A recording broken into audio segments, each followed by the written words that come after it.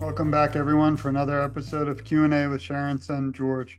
I was my mother's caregiver when she was diagnosed with Parkinson's disease. Unfortunately, she passed on 1/1/2020. We started Together for Sharon.com in her memory. Today, our guest is somebody who's always been there for me, and I hope he knows I'm always there for him and that everybody out there is all together in this, because like I always say, I don't know if we're all family, but we do have to be a family in this fight for Parkinson's disease cure. It's the only way, in my opinion, through my experience and advocacy that I've seen, that our voices just get out there so much stronger when we work together. So I just really want to thank Mick today for joining me. Again, Mick Beeman, musician, artist, and a friend. So welcome again, Mick. Please feel free to just share a little bit about yourself and we'll get right into everything. Thanks. It's good to be on the show. Appreciate you and all your efforts in spreading awareness. And as you said, my name is Mick, and I've been performing professionally for a little over 30 years. And everything was going just picture perfect, so to speak, in my career until about 23 years ago. Uh, I diagnosed with Parkinson's. It took probably close to 2 years before I could actually get a diagnosis because all the neurologists that I'd been to said had to be something else because I was too young to have Parkinson's. Um, didn't have the level of education that we have today. So anywhere from that point, from the point of acceptance, I should say, um, I went through the usual stages of grief and denial and all that, and finally came to a point of acceptance. And since that point, most of the funds that I generate through performances have gone directly um, into different organizations around the country, such as the American Parkinson's Disease Association, Michael J. Fox, and the NPF, and various organizations such as that. Um, Probably about 15 years ago, I developed a 501c3 Music Breeze, where I could then donate all the funds generated from my various ventures into Parkinson's awareness and such. So that's where I'm at now.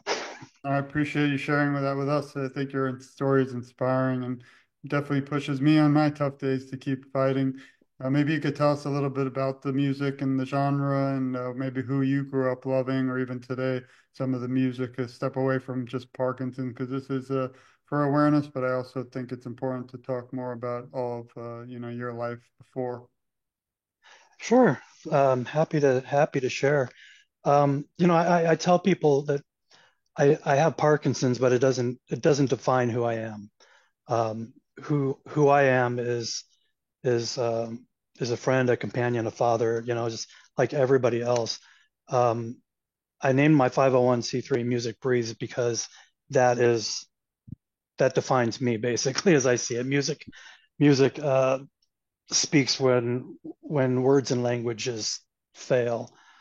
Um, to describe the genres that I perform, it's really I can't really pigeonhole it like that.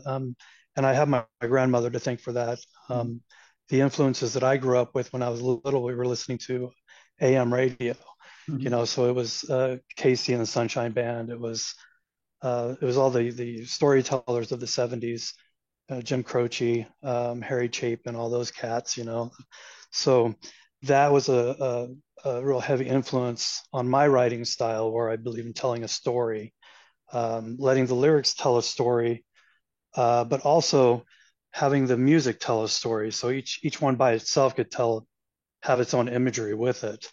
But when combined, hopefully it just takes you somewhere besides where you are the first time you hear it.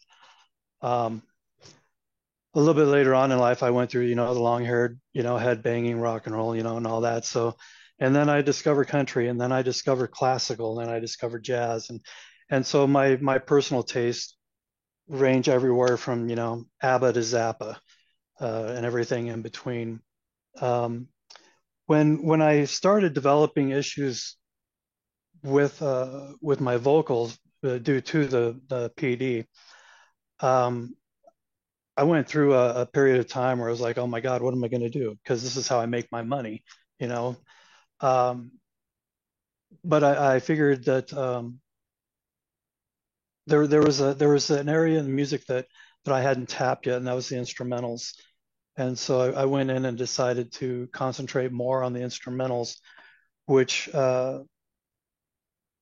again, even that is it's hard to define as a genre because if you listen to them, you hear pieces of classical in there, but you also hear some contemporary stuff mixed in. I've got pianos mixed with electric guitars, mixed with some really tough sounding urban drums, but yet it kind of takes that smooth ride. Makes you. I like to think that each piece is like an emotional piece that tells its own tale, but kind of a fusion of a bunch of different styles, if you will. And kind of hard to describe. I'm similar. I took history of rock and roll in college. I'm not sure why. I love that class. I've been playing guitar myself for 20 years. It's not like you. It's not more for, I'll hear a great song, I'll learn it, and I'll play it just for myself, for my wife, for my kids. But I think music is incredible, just like movies and any art, because it takes your mind off, any troubles for that moment. So my mother raised me to listen to, Barry Manilow, Kenny G, Lionel Richie. Mhm. So I was tortured as a child. I thought that was terrible, and now I love them. But even the picture, Right. even as you know, but the photo in my book, we were dancing. That was the mother-son dance, and we were dancing to one of Barry Manilow's songs. But when you have a song like you do, and you think back to a memory, it never, you never forget. And that's why I think music is so impactful, and what you're doing speaks so loudly that we just need the world to know. So I thank you for all you do. Oh, absolutely. And that the thing about, you're just talking about your book and the picture and um at first I think it's funny because I wouldn't admit this to anybody else, but yeah, I'm a Barry Manilow fan. You know, you know, whenever we have the station on, you got Barry Manilow, Air Supply, and I mean, all these bands that the groups playing that nowhere in my wildest imagination would I admit to my friends growing up that I like these groups. Right.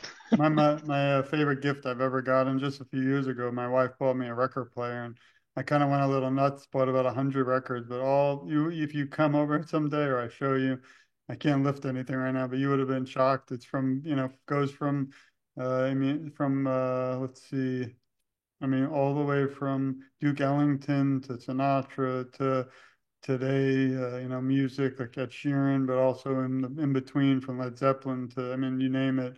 I just admire all music. I grew up in Brooklyn, New York, with Tribe Called Quest and a lot of that type of. Okay. Yeah. So that was amazing too. But today, like Dave Matthews Band and also Yeah. this gentleman named Mick Beaman, I love. You have to check him out sometime, but I appreciate it. So Right on. maybe you could tell, I mean, someone like yourself living and dreaming of music and finally achieving it. How did Parkinson's stop you from even being on the road? Even how about today? Are you able to still even virtually perform? Have you ever thought of doing a show virtually and sharing it? I'll help you share it. Thanks. The last, not well, no, not even the last one. It was a few shows back. I was in the Midwest, and I did stream a couple of those live over Facebook at the time. So I'm definitely not opposed to it. Parkinson's has, I was diagnosed in 2001. So at this point, um, I'm down to doing like maybe 5 or 6 shows throughout the year because it's really tough to do anything beyond that because of the unpredictable nature of the PD itself, also the unpredictable nature of the meds, controlling your on and off times and all that. So, and it was really hard just to keep a good flowing schedule going and to be on demand, on this day at this exact time.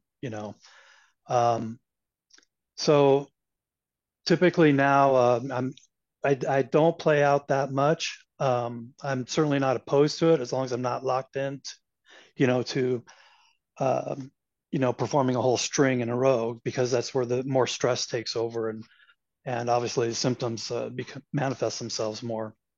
Um, but I would definitely be up for doing. It's a great idea, up for doing something virtual like that. Yeah, I That'd be mean, pretty awesome. yeah, I think takes a lot out of us to not, not being presently with people, but it does bring you around to areas around the world that you can't reach. I notice even with advocacy.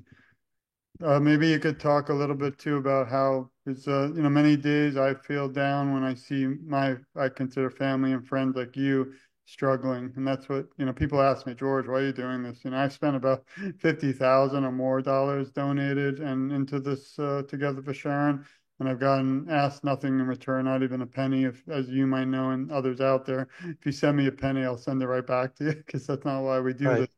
But on those tough days, how what gets you through some of the emotional roller coaster? Again, for me, I had a major surgery lately, which some of the viewers might not, but I sit back and think of all those again with Parkinson's fighting it, and I kind of say, forget my thing. I need to help everyone else, and just how I was brought up. My mother, taught me a lot of important life lessons to give back and be a voice for others who might not be able to. But again, I love the idea of teaming up, and we've known each other actually a year. I'll show everyone a minute the interview you did with me, and I'm grateful for that. But then only recently, kind of became family just because of this mission. Because I feel again, I don't want you or anyone out there who's battling this to ever feel alone, and I want you even imagine the little George on your shoulder always talking that don't give up. We're gonna get this, and I won't stop. I mean, the National Plan to End Parkinson's is beautiful. It passed a week ago. So we're actually having this, if when it airs, it's history. Like we're literally speaking. I love the flag behind you, and it's a huge thing. But I don't feel it does anything until we find a cure. So we still have tons to do. And I'm curious to see, as an attorney, a human being, a Parkinson's advocate, and a lawyer and a cop, whatever I do. But I'm interested to see now how it's implemented.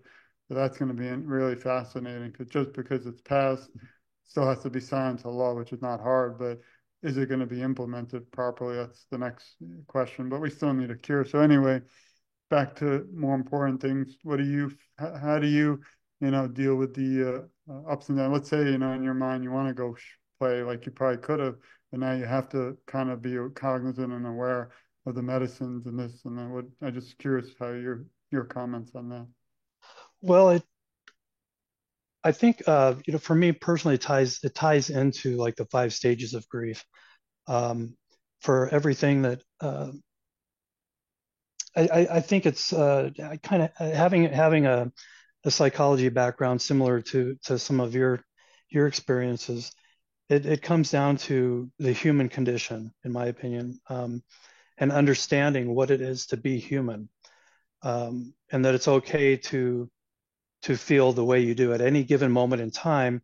You, George, have the absolute right and the absolute authority to feel any way that you do at any particular point in time.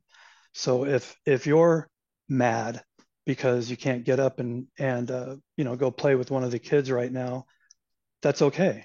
You have the right to feel that, but we also need to acknowledge that we cannot be stagnant in those areas, those stages. We have to allow ourselves the freedom to move forward. Um, if we're not giving ourselves the freedom to move forward, then we're anchoring ourselves into that feeling, and we're never going to get past it. Um, that does take a fair amount of strength, uh, at times, um, and it's tough to get through those. But it also ties into another point that you made. Why are we doing what we're doing with advocacy work? The main point is, for me anyway, no, it's not to get paid because hey, um, but it is to help other people not feel alone. you know Yeah. the greatest thing that helps me out is knowing that I'm not alone, and that's where I turn to, my support systems, whether it's my girlfriend, whether it's my children, even whether it's you know you, or whether it's somebody else. We all, the most important thing that we could have within our lives is a support system, a positive support network of friends and family. um, and that could even go into making sure that you're spending some time set aside just for you, Yeah. a healthy time just for you. But I think for me, the most important thing is just allowing myself the freedom to feel exactly how I'm feeling at the moment, and knowing that Yeah, I'm going to be angry, and that's okay. But I don't have to stay angry. I can feel sad, and that's okay. But I don't have to stay sad. I just allow myself the freedom to move through the emotions as they come, and and the end game or the ultimate goal is to allow myself the freedom to move through all of those emotions, because at the end of it, there is acceptance and peace. And knowing that that's where you're at. Probably talking in circles here, but Well, I agree. And also, I like that you brought up one topic that seems to be taboo. It's grief. I'm still grieving. I lost my mother almost, or a little more than 4 years, and there's not a day that doesn't go by that I don't think of her. And that's why, again, I do a lot of what I do. Even speaking to you now is helping me, cope and get over. I don't know if you can ever get over it, but even like just live. And grief is oddly something I find a lot of people ignore or try to pretend doesn't exist. I'm actually right, starting this new show with a young lady that would become friendly. It's going to be about mental health and grief, or maybe we'll have you hmm on someday. But grief is important. We have a beginning, middle, and an end of life, but no one wants to talk about the end of life. I was right, I was lucky in a way because my mother really helped me plan. We were told, and we don't even know to this day, you don't die of Parkinson's, you die with it. But she had no other medical issues. She was only 69. But even beyond Parkinson's, she planned. So she already planned for a lot of the end of life stages, which no one wants to do. And I'm only 46. right, I already have everything planned already. And I just did that for my own family because there's so many other problems like family fighting and horrible things that can come if you don't plan. I just wish people would think about, that. sure. Grieving is actually healthy if you ignore it and don't recognize it, then I actually also could be a mental health problem. But I appreciate Yeah, I think I agree with you completely. I think some of our more predominant issues as far as depression and anger and such goes is because we do try to bury the grief when it's, again, it's okay to face it, yeah, because grief in and of itself um, is, in my opinion, is proof of love, for lack of a better term. You're not going to feel grief for somebody or something that you had no emotional attachment to. So for me to feel grief over friends and family that I've lost, in this life, it's I allow myself to feel those because it's just proof that they're still with me.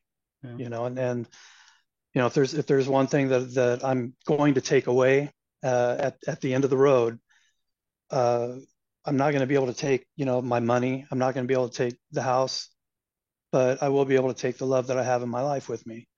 And what better gift could I possibly take back to the Creator than the gift of love? yeah.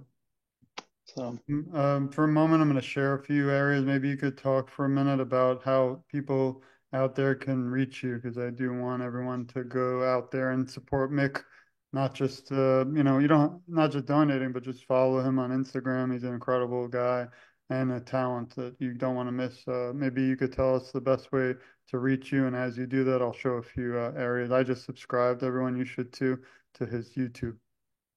oh, thanks. Yeah, I'm on YouTube. I'm on Instagram, Facebook. What's that other one? Threads. I can't say that I post real regularly on some of these platforms, um, but I do try to get out there. As far as contacting, um, you can either go to my website, mick at mickbeeman.com, and there's a contact form on there, that you can reach me directly, or just somebody can just email me at mick at mickbeeman.com if you want to get a hold of me. Uh, you can email me directly through that venue as well. Thanks.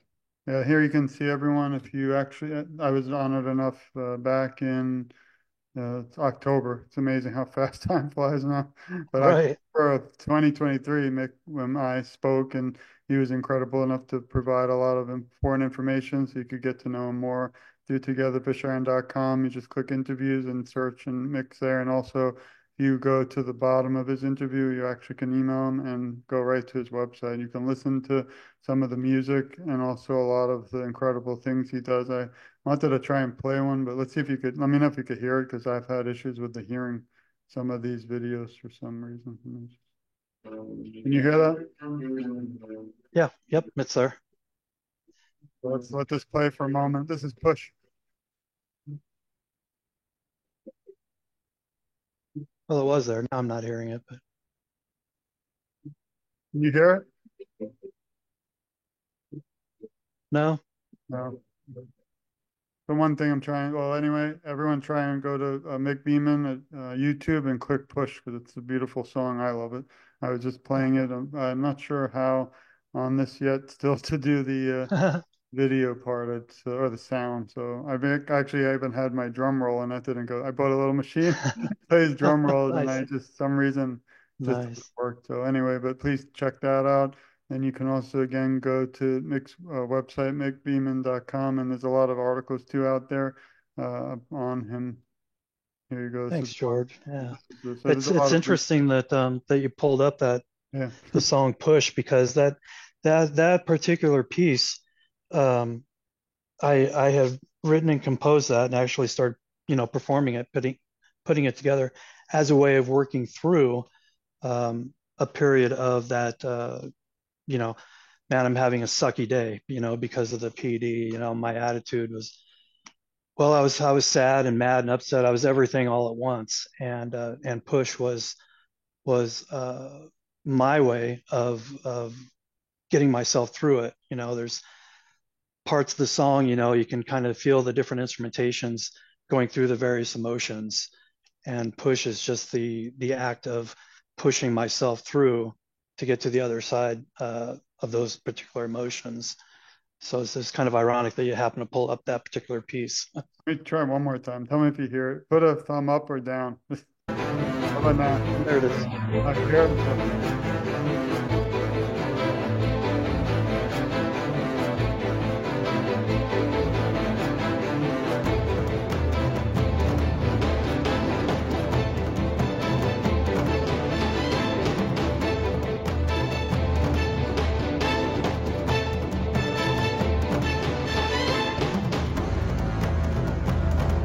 No, I could listen all day. I love it. So Yeah. please again, Great. but and now I learned how to share the sound, so that's great.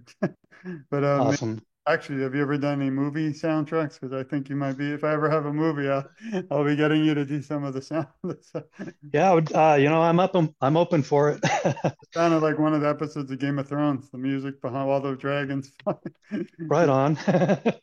Well, now we reached the part in the show where I like to kind of turn. We did touch a little on Parkinson's and again your about your career, and then we showed some ways to reach you. But now let's shift a little more about Mick the person.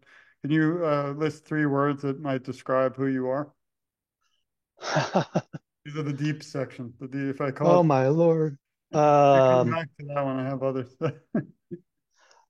I would say intentional, um, passionate, and learning. Thanks. And what was one moment or the most memorable moment that stands out through most of your work for awareness that you could share? So, was there one moment that really, kind of knocks it out of the ballpark, or are they all just similar and excellent? um, there's been there's just been so many. I think um, there was a show. Um, I forget where it was now, but um, it was just it was just the vibe was just right, and it ended up being like a 4 hour show, and afterwards, um, a lady and a gentleman came up to me afterwards, and he was in a wheelchair, and it was just amazing because there was a connection there, and he was like, it took him quite a while to get the words out, because he was a parky, and anyway, he told me that it was way past his bedtime, but that he wanted to make sure that he was able to stay and talk to me afterwards. And he was just relayed how he had seen me perform a couple times before and heard me speaking, and was just really touched um, at the way that music touched him. And it's just really hard to describe that moment because it's just like just hit you like a ton of bricks, and here to realize that the things that I do because I love communicating, the art of communicating with people and sharing my music, of course, but just realizing how much of an impact you can have just by sharing your own story, and again making people not feel alone. And that was his message to me as well, was that you know thanks for not making me feel like I'm the only one going through this. And it's kind of hit me pretty hard. And that's where you don't think about the butterfly effect. You don't we don't stop to think that just opening the door for somebody who may be having a rotten day, we don't know what that person's going through, but just the act of being kind, opening a door for somebody, might be exactly what they needed. you Yeah, know my mother raised me to do that, and today I don't know if they think chivalry's still out there, but even when I had back surgery, someone dropped something and I want to go back, pick it up, and they look at me and they're probably like, "This young guy doesn't have any respect," because I couldn't move. I felt so bad, but anyway. But I think bring a lot of important points, and some people know music is also a form of therapy. Maybe you could touch a little bit about, I wish we had, when you look for therapy for Parkinson's or they have art. They had a little bit of like religious. And my mother was lucky enough, or we did, she had music therapy towards the last year of her life. And if you go to togetherforsharon.com, actually, I can kind of show you if we have a minute. And then scroll to the bottom. I don't want to take too much time, but since you were able to hear it, but if you go here, let me see if I could get this. But music therapy, maybe you could touch on that as I kind of just quickly. well, I totally yeah, therapy in so many ways, not just mentally, and putting on the right piece of music or whatever to get yourself in the right headspace as far as being peaceful, and working on your breathing and such. But also, just in working when you're working on your gait or working on um, other aspects, you get a cadence, get a beat going in your head, and it's easier to move, with working on your gait. It's easier to move with a beat of a song going than not. Sometimes it's a matter of freezing or not freezing. And also some of the other things, as far as freedom of movement and such, having a song in your head, in my head anyway, um, just kind of helps. I don't know how to describe it, but it kind of frees up my brain, from the circular thoughts, if you will, of that again will either get me stuck, frozen in a place and time, moving on and such. And the singing, the vocals, everything, working on the diaphragmatic breathing, the um, pushing the vocals out, like in speech therapy, um, being able to work on pushing your vocals out loud enough to be heard, with the right pronunciation and such, because the PD is just um, it's a terrible thing to face when you're talking, about your voice and your movements and such. There's days where I cannot speak per se, and I don't. My girlfriend and I have a beautiful relationship. As if I can't speak, I don't. She certainly doesn't mind the silence, but but Yeah, um, since we're but the like. I'm sorry. Go ahead. since we're touching on music therapy, I didn't have a lot of video, unfortunately, my mother, because we didn't want her to be remembered, the what Parkinson did, but we had music therapy. Some weeks she couldn't really do it, some she did. And actually one week before she passed, we decided I was going to sit in for the first time, and you can see here. I won't play the whole thing. I don't know if you can hear. Can you hear that? Yep. Yep. Basically, we don't want to hear me. This is about you, but I was able to bring the guitar and played "Memory," and that was from the Broadway show Cats. When my mother grew up in Brooklyn, New York, she used to bring me to Broadway, and we actually went to see it. That was one of her favorite songs, but it was just a touching moment. And unfortunately, it was the last time my mother ever spoke, because at that point, like you mentioned, Parkinson's was kind of stage 5 and too late. But she did say at the end she loved it and thank you, and those were her last words like ever on this in this world. But it was just an incredible moment. Somehow we got it on video. Like you won't see her, but this was I don't sing as you can tell.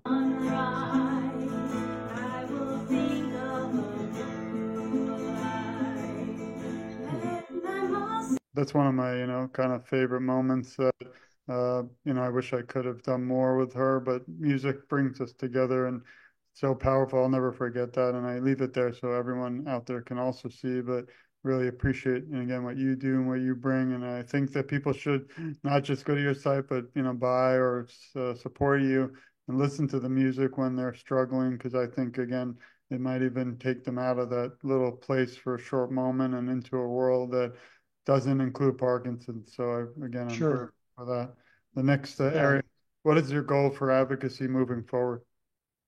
Moving forward, it's again the it's the same message. You are not alone. You are never alone.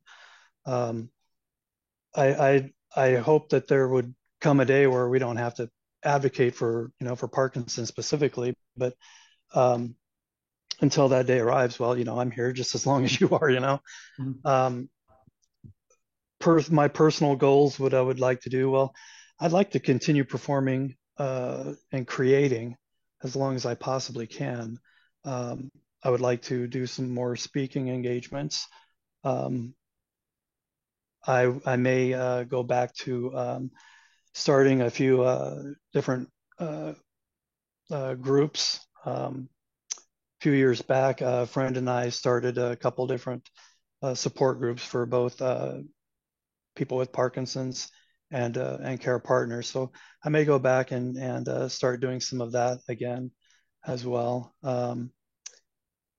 Just keep putting one foot in front of the other as long as I can. As long as there's a breath in me, then I'll be doing that one step in front of the other.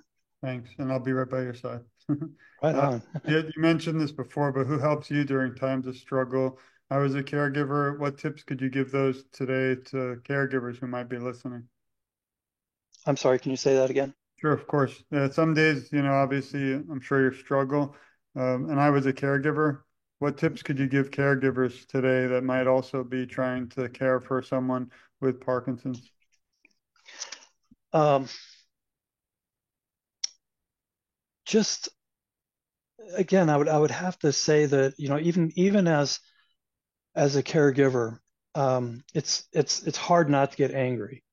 Um, Short, because the person with PD isn't doing what you think they should be doing, or vice versa. The person with PD, the care partner is just not understanding what you're trying to get across.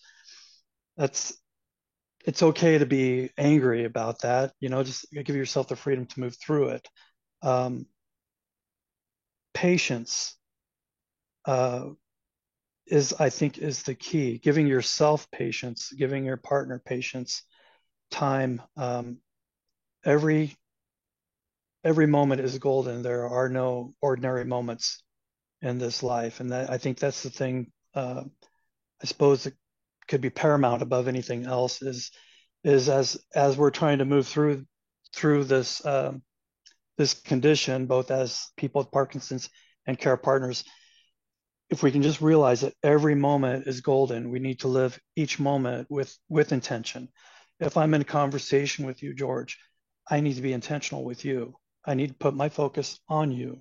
I need to listen to you and try to understand you in a deeper way instead of thinking about my grocery list while you're talking, and vice versa. With my girlfriend, if if I'm engaged in a conversation with her, well, I need to be intentional. I need to give her 100% of my attention. And so I think the same can be true, not just for everybody, but between partners and caregivers. You don't know what the next moment is going to bring. You don't know when that bus is going to come. Okay. It's coming for all of us, but we don't know. But let's focus on the moment at hand. Give each moment 100% of our intention. So if I'm having trouble communicating with you in this moment, give me 100% of your attention, and we'll take this moment slowly and until we can navigate that art of communication, and have a deeper understanding.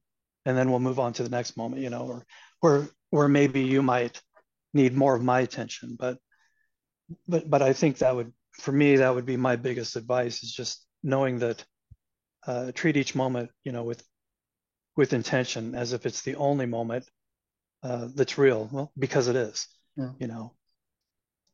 You touched on it earlier, but what was the first sign of that you might have Parkinson's or anything? Oh, for me, it was a slight, it was a tremor in my left foot, which started it all, and then it started moving up my leg, and I wouldn't have the tremor all the time, but uh, then my muscles would like really tense up in that leg, like rock hard. And then the opposite would also happen, where I would just have no muscle, control at all. And it was pretty hard to get that diagnosis, because I'm a younger guy at the time, and it's 23 years ago, and so people were not so willing to accept, that a young guy could actually have PD. I found myself going from doctor to doctor just because I knew that there was something wrong, but I'm not a hypochondriac, but I do know that there's something wrong. I can read my own body. And so um, finally, going in and getting the diagnosis, you would think that it would end there, but I'm a typical guy. I got a thick skull, so I had to keep going to a few more doctors to make sure that the one who told me it was Parkinson's was wrong. Yeah. But unfortunately, after that, they all kind of agreed that it was. So there comes that point of acceptance. Where it's like, all right, well, I I suppose, in a weird way, uh, once I accepted it, I was like, well, it could be worse. I could have blah blah blah, or the whole gambit of things I was being tested for: ALS, Huntington's, MS, all that stuff. And so it became a point of, well, I'm thankful that it's Parkinson's, if it's anything. Um, then the reality of the situation started setting in. You started hearing over and over again: chronological, neurological, degenerative, blah blah blah. And it was, how depressing could that be? Um, That's the thing. anyway. Yeah, with Parkinson's, it takes so much, but the bonds and the new relationships you get are life-changing. Like I said, I lost my mother. She was my best friend, but I've made so many incredible people like yourself who are in my life now, and that means more than anything. So again, I thank you for that. As we kind of wrap up, I just had two more questions. One was, if you love this one, if you were asked to write a script to a movie about your life story, what would you call it? Beautiful disaster. I like that name. I think that was the name of, it might have been the name of an album, I think, somewhere, some point I remember. I hope it Oh wasn't Lord, Britney either that or Spears. the creature from the Black Lagoon. I don't know. That was a good one. And then before I ask the last one, do you have any other areas you wanted to share with everyone, or something I might not have touched on? um, yeah, I don't know. I think the one of the things I do like to talk about is the art of letting go, as I call it. From and that's something that this journey with Parkinson's has taught me, and it speaks to the connections that we make, as you just touched upon. Without having experienced this journey with Parkinson's, there's so many things that I would not have experienced had I not been set on this particular path. And one of those is learning the art of letting go.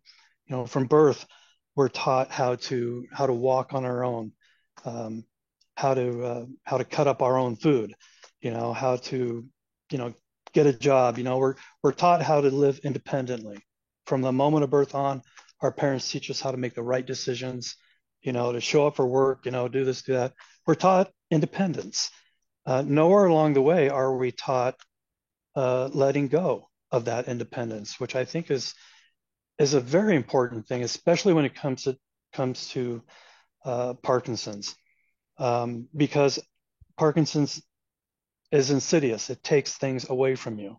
It takes relationships away from you. It takes different things from your body, different abilities away from you. But if the one thing I've learned is it's okay to ask for help. And again, it also speaks to not being alone. The more you let go of your vanities and your pride and your independence, the more that you rely on somebody else that you're close to. Those are things you actually gain. For everything that PD has taken away from me, it has actually given me, in a twisted way, it's given me a gift in return. You know, by asking my girlfriend for help, she cuts the meat up on the plate, in bite-sized pieces for me, or she'll fix food that's softer, um, she'll help me up off the floor, if I fall down. These are all things we, especially as men, we're very prideful creatures, you know, by letting go of our independence and by being able to accept the help from other people, we are giving ourselves more room in our hearts to build on those relationships. The more things I let go of, the more room I have in my heart for her accomplishments, for the things that she's done, to feel pride in her actions, to feel thankful for her. The more things I let go of personally, yeah, I can't go out, and play today because I haven't planned ahead for it. But I'm thankful for this conversation with you right now. I'm able to focus very intentionally on you. So I'm letting go of my pride in order, and it makes room for other gifts like this conversation and such. So I think again, it's just about, we're, as human beings, we are not designed to live alone. So why are we trying to force ourselves to? We're not really designed for independence. If you look at us versus every other creature on the planet, we are not designed for independence. So why are we forcing ourselves to try to be independent? Let go of some of that. The more we let go of, the more we will gain in return on a more treasurable level. Thanks. Yeah, I mean, you hit on something important, which is family. Even as a caregiver, if it wasn't for my wife, I don't think I'd be able to be doing what I'm doing today. And also, it's very important, as you mentioned, your girlfriend and kids, and we'll probably talk hours on that, but I'm glad we were able to bring them up because I'm sure they're incredible support. The last question was, if you could, you've actually answered this in the other interview we did, but if you could leave the Parkinson's community today with some words of encouragement, what would those be? Again, you are not alone. You are never alone. And love wins. Thanks. Yeah, I mean, that's exactly, I have a little statement I say at the end of every show, and I think you kind of agree or hit on it all. But this is to you, your family, and everyone listening today. We love you. We support you. We care about you, and you're never alone. I, along with Mick, will advocate for you, and together our voices are so much stronger. And I always say I'm just getting started because every time I meet someone like you, Mick, inspire me to keep fighting. There are days where, like you, we kind of want to take a break or give up, but then I think of you and all the other individuals battling this and the caregivers, and in memory of so many, unfortunately, that lost their battle, like my mother. And I don't feel that I can take a break yet. So until we find this cure, we'll be in this journey and this fight together. I just want to thank you today for your time, your family, and means the world to so many to be able to speak today. And thank you again. Thank you, George. Appreciate your time. I love your book, by the way. Thanks. I appreciate it. My wife figured out how to put it in this picture. I don't know how she did this pretty good, but we're already working on the next one. So we'll see how Are that you goes. really? And That's actually, awesome. there's two more done, but we're going to wait a year each one to get them out. One is actually hopefully going to change the world. It's about policing and Parkinson's, and Okay. the other one is a follow-up of this one, but it's a lot more top secret. But I'll tell you off there. Sorry, Okay. everyone listening. You'll have to wait. But just want to thank you again for joining me. Thank everyone for listening. The most important thing is that we share this. We don't get anything from it except awareness, and that's for everyone out there. We're fighting this battle together, whether we have Parkinson's, we don't. We need everybody aboard from community here, there, around the world. And just want to thank everyone for your support. Please follow Mick, join him, follow him on Instagram. I do, and I like everything I see. I wish I had a love button. It just says like. But just want to thank you all again for supporting me. And this has been another episode of Q&A with Sharon's son, George. So stay tuned. As I always say, there's just so much more work to be done, and I'm not going to stop till we find a cure. And I'll be right there by your side, Mick, and everyone listening. So thank you again. Till we meet again. Thank you.